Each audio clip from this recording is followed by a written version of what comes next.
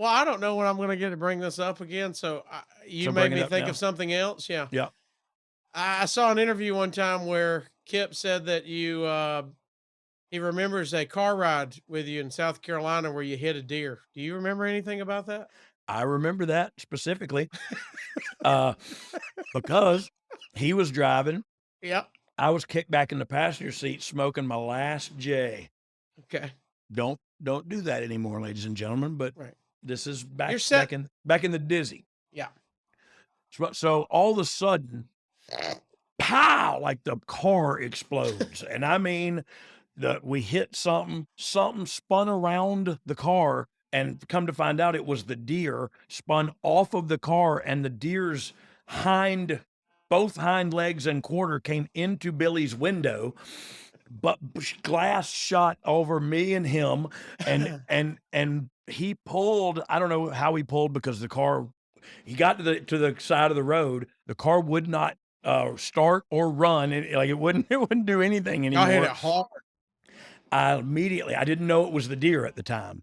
I thought it was a car. We hit it doing 85 miles an hour. Billy drives fast. Billy drives a car like he's riding a bull, like he's trying to get there in 8 seconds. You know what I mean? And so he goes fast, and man, we nailed that thing. So I didn't know what we had hit. So we got to the side of the road. I opened the door and just flicked that thing. I was smoking as far as I could because I thought cops are going to be here soon, and I don't want to be caught smoking a joint. And so then I find out it's a deer, and the deer is way back up the road, but a cop does come and says, "Yeah, I didn't see no deer. What'd you hit?" You know what I mean? Like kind of got on us a little bit. And we were like, well, the son of a gun's right up there 100 yards if you'll go up there and look. And so we ended up, uh, Billy called Vince McMahon and said, Oh, "Hey, our car, we were driving to a live event. Our car hit a deer. It will not run. I don't know. We're probably going to miss the show. I don't know what to tell you."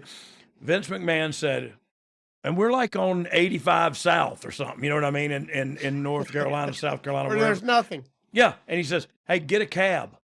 And then so we go like, "Oh, okay." I mean, I know he's from New York. There are cabs everywhere and have been for 50 years, but we're in the South and not a big city. We're on a stretch of interstate. Like, where's a cab at? You know what I mean? And the cab then has to drive us 3 hours to the town. So finally, some of the boys pull by. Billy gets in with the Harris brothers. I get in with Flash Funk. Needless to say, it was no longer my last J. And we left. And we left that car sitting right there. And Billy Gunn said Whose the keys. car was it? It was a rental car. It was a national rental Oh car. He no. called them and said, "Your car's right there. We hit a deer and it won't run, and we got to go." And sure We enough, gotta they go. took care. We got to go, and they took care of it, and everything. We made it to the show, and we wrestled that night, and we were over. Incredible. We were over huge too. And more than half a star. Well, probably not. I mean, because, but truth be told, nowadays terminology is a little wonky. Being over has nothing to do with a 5-star match. Woo! Come on now. Yeah, no, being Preach. over means absolutely having zero to do with wrestling.